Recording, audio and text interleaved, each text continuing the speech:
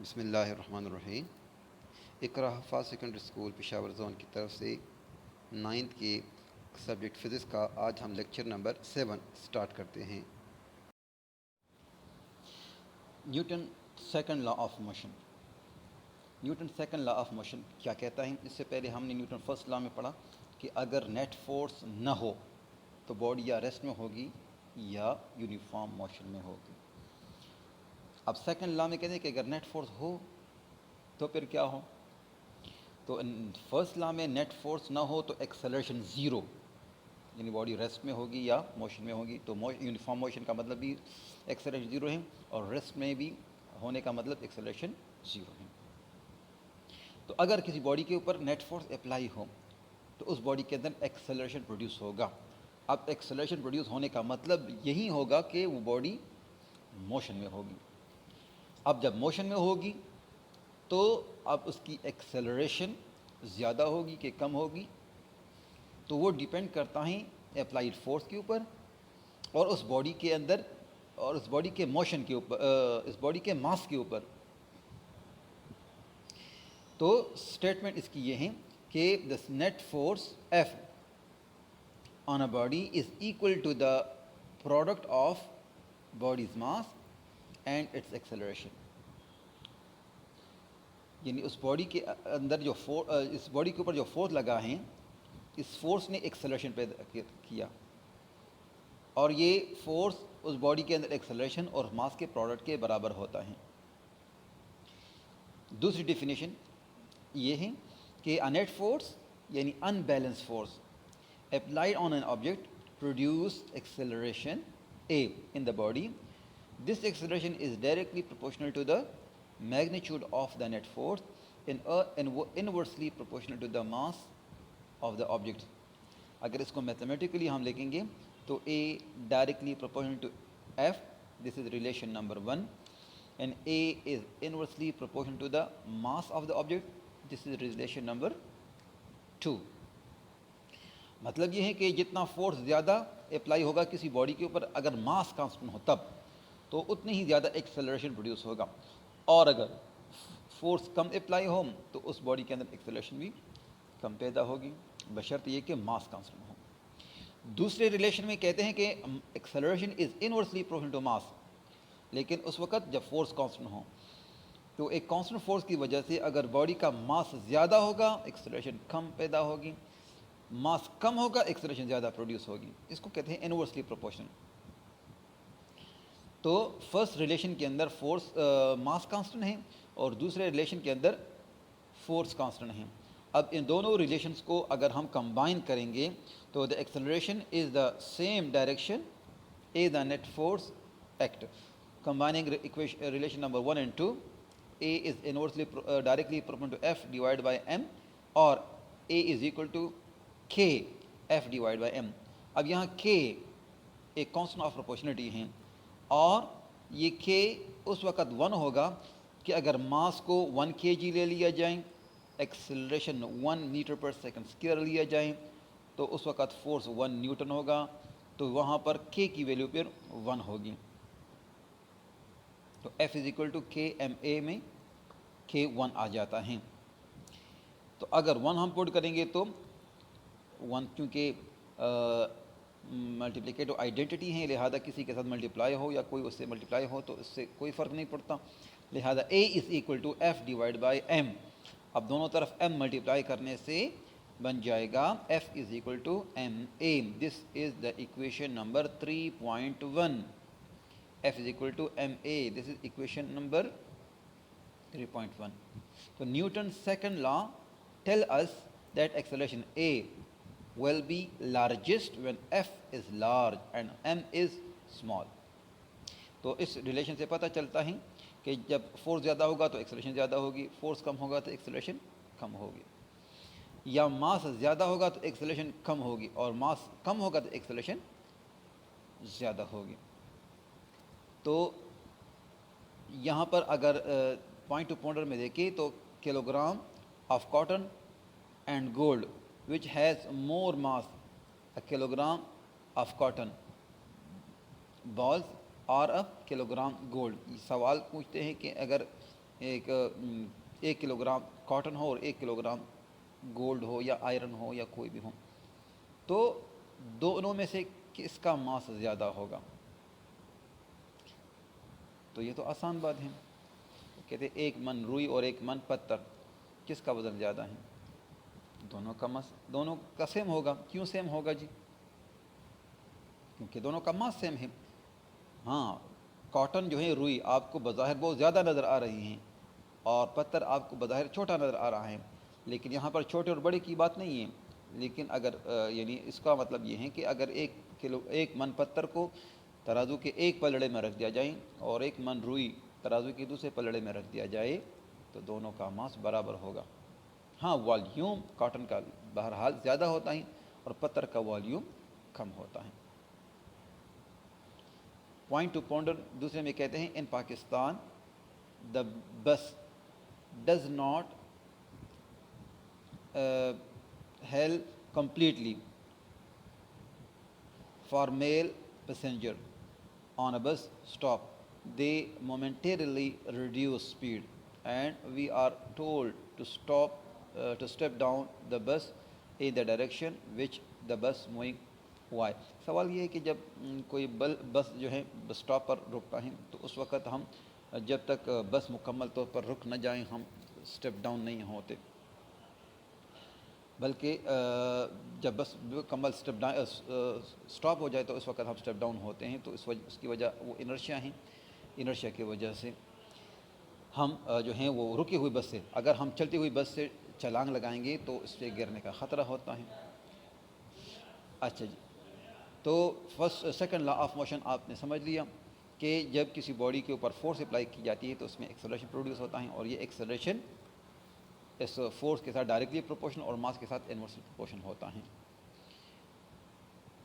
یہاں پر ایک ایگزامپل ہیں، اس ایگزامپل کو سمجھے تو کہتے ہیں کہ اگر ایک کرکٹ بال ہے، ٹھیک ہے، اور ایک میٹل بال ہے، ایک کرکٹ بال ہے جس کا ماس 0.16 kg ہے اور ایک میٹل بال ہے جس کا ماس 4 kg ہے، دونوں کے اوپر جو ہیں دونوں کے اندر سیم ایکسلریشن پروڈیوس ہو رہا ہے 6 میٹر پر سیکنڈ اسکوائر۔ سوال یہ ہے کہ کس کے اوپر زیادہ فورس لگے گا؟ تو what force is required to produce an acceleration of 6 meter per second square in a cricket ball of mass 0.16 kg and metal ball for a women shot put game with mass of 4 kg؟ تو given میں آپ کے پاس cricket ball جو ہیں، cricket ball ہیں، اس کا ماس 0.16 ہے اور میٹل بال کا 4 kg ہے، تو جس کا ماس زیادہ ہوگا اس کے اوپر فورس زیادہ اپلائی ہوگا، اور جس کا ماس کم ہوگا اس کے اوپر کم فورس اپلائی ہوگا، اگر ایکسلریشن دونوں کے اندر سیم پروڈیوس ہو رہی ہو۔ تو فارمولا آپ کے پاس F=ma ہے، تو نیوٹن سیکنڈ لا کے مطابق F=ma، تو FC=mca، تو C کا مطلب کرکٹ بال اور M کا مطلب ہوگا میٹل بال یا سالڈ بال۔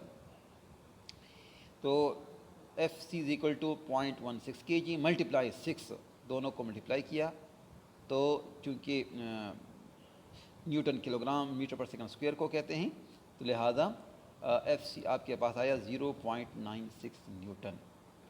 یعنی اگر کرکٹ بال کے اندر 6 metre per second square acceleration پیدا کرنی ہے تو اس کے اوپر کتنا فورس لگانا پڑے گا؟ 0.96 راؤنڈ اباؤٹ 1 نیوٹن۔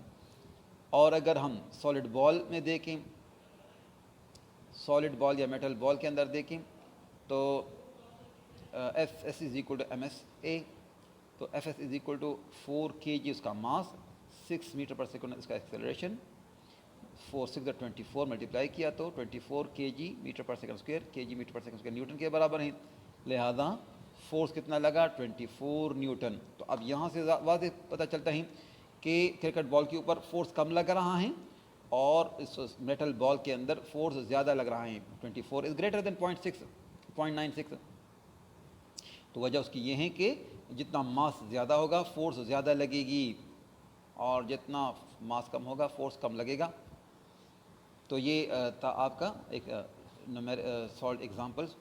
اب اس کے بعد Newton third law of motion ہم پڑھتے ہیں۔ تو Newton third law of motion میں ہم یہ دیکھتے ہیں کہ فورس ہمیشہ پیئر فارم میں ہوتا ہے.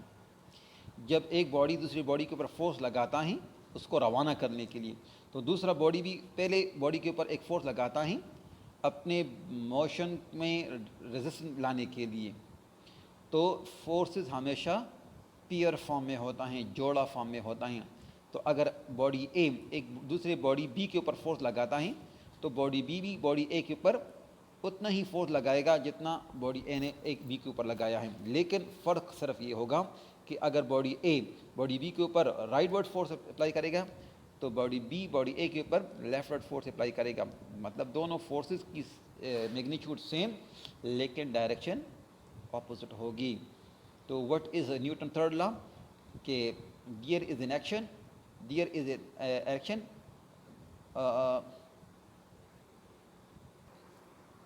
تو نیوٹن تھرڈ لا اس طرح اسٹیٹ ہوگا کہ to every action there is always an equal and opposite reaction. To every action there is always an equal and opposite reaction, کہ ہر ایکشن فورس کا ایک ایکول اور اپوزٹ ریئیکشن فورس بھی ہوتا ہے.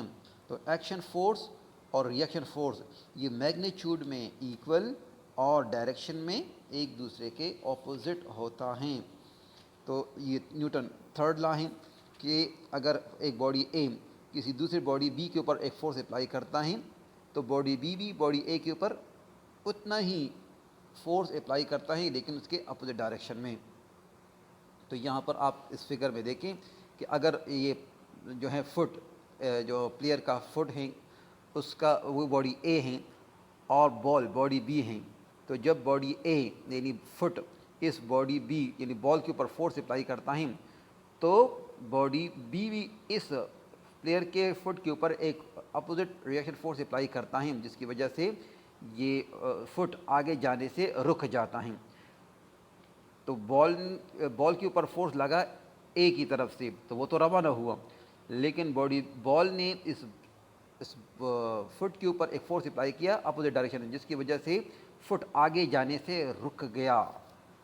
تو دس از ریئیکشن فورس. تو F A B is the force of body A on body B while FBA is the force of body B on body A which is equal in opposite direction. So the force A on B is equal in magnitude but in opposite direction of the B on A. تو Isaac Newton نے یہ بات describe کی کہ action اور reaction forces جو ہیں ہمیشہ پیئر فارم میں ہوتے ہیں, تو ہر ایکشن کا ایک ایکول اور اپوزٹ ریئیکشن ہوتا ہے.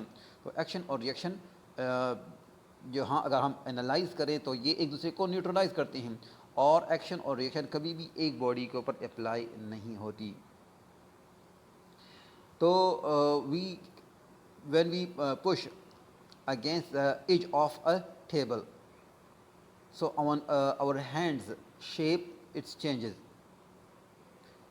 تو دیکھیں اگر ہم خود بھی جو ہیں وہ ریئیکشن فورس جو ہے وہ فیل کرتے ہیں کہ جب ہم کسی بھاری چیز کو پش کرتے ہیں یا پل کرتے ہیں تو ہماری پشنگ فورس کی وجہ سے تو وہ ڈریگ ہو جاتا ہے, لیکن ہمیں جو تھکن محسوس ہوتی ہیں اس کا مطلب ہے کہ یہ باڈی بھی ہمیں جو ہے ہمارے اپوزٹ ڈائریکشن میں فورس اپلائی کرتی ہیں جس کی وجہ سے ہمیں ایک خاص قسم کی تھکان اور ایک جو ہے وہ نان کمفرٹیبل محسوس ہوتا ہے. تو یہ اس باڈی کا ریئیکشن ہوتا ہے. اسی طرح جو جہاز اڑتے ہیں تو اس کے اندر بھی ایکشن اور ریئیکشن کا جو ہے پروسیس ہوتا رہتا ہے. جو جیٹ پلین ہوتے ہیں تو وہ مختلف طرح کی گیسز جو ہیں ہائی سپیڈ کے ساتھ جو ہے وہ باہر ایکسیل کرتے ہیں جس کی وجہ سے جہاز آگے کی طرف موشن کرتے ہیں. تو یہ جہازوں کا گیسوں کا باہر کی طرف نکالنا یہ ایکشن فورس, جبکہ ہوا کا اس جہاز کو آگے کی طرف دھکیلنا یہ ریئیکشن فورس. اسی طرح جو ہیلی کاپٹرز ہوتے ہیں تو وہ اپنے پروپیلر کے ذریعے سے ہوا کو نیچے کی طرف جو ہے وہ پش کرتے ہیں جو کہ ایکشن فورس ہیں, اور اس کی وجہ سے ہوا بھی اس کو اوپر کی طرف پش کرتی ہیں جو کہ ریئیکشن فورس ہیں. اس ایکٹیویٹی میں آپ کو نظر آ رہا ہے کہ ایک بیلون ہے جو ایئر فل ہیں, تو اس کو جو ہے پہلے جو ہے پھلایا گیا ہے, پھر اس کے جو ہے اس میں ایک اسٹرا کو ایک تار کے ذریعے سے باندھا گیا ہے. تو جب اور اس سے ہوا نکالتے ہیں تو یہ غبارہ جو ہے آگے کی طرف موو کرتا ہے. تو غبارے کا ہوا کو باہر کی طرف دھکیلنا یہ ایکشن فورس, اور ہوا کا اس غبارے کو آگے کی طرف دھکیلنا یہ ریئیکشن فورس ہوتا ہے. تو یہ ایکشن اور ریئیکشن فورس ہیں. تو اس ٹاپک کے اندر ہم نے یہ پڑھا کہ جو ایکشن فورس ہیں, پہلے ہم نے نیوٹن سیکنڈ لا پڑھا, اور جو ہے نیوٹن سیکنڈ لا میں ہم نے یہ پڑھا کہ جب کسی باڈی کے اوپر فورس اپلائی ہوتا ہے تو اس کے اندر ایکسلریشن پروڈیوس ہوتی ہیں, اور یہ ایکسلریشن ماس کے ساتھ انورسلی پروپورشن اور اپلائڈ فورس کے ساتھ ڈائریکٹلی پروپورشن ہوتا ہے. پھر دوسرا جو ہے نمبر پر ہم نے جو ہے پڑھا ایکشن یعنی نیوٹن تھرڈ لا, جو ایکشن اور ریئیکشن فورس کو ڈسکرائب کرتا ہے کہ ہر ایکشن فورس کا ایک ریئیکشن فورس ہوتا ہے. یہ ایکشن اور ریئیکشن فورس آپس میں equal in magnitude but opposite in direction ہوتا ہے. تو یہ تھا آج کا ہمارا ٹاپک. امید ہے آپ کو آج کا لیکچر سمجھ آ چکا ہوگا.